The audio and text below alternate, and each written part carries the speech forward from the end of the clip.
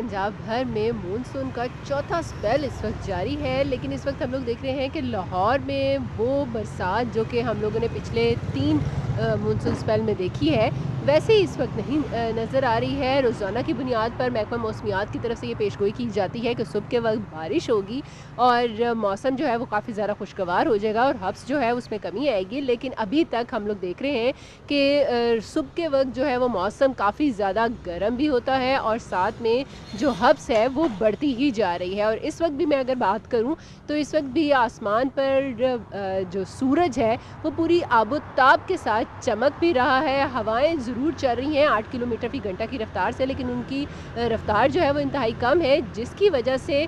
जो हब्स है वो बढ़ना शुरू हो चुकी हुई है। महकमा मौसमियात की तरफ से ये पेशगोई की गई है कि 5 अगस्त तक मौसम का और ये मानसून का ये सिलसिला जो है वो इसी तरह जारी रहेगा और बरसात बरसाएगा। हम लोग देख रहे हैं लाहौर के गिरदोनवा जो हैं वहाँ पर तो बारिश हो रही है, चाहे वो हल्की है या तेज़ है, लेकिन लाहौर में इस वक्त हम लोग देख रहे हैं कि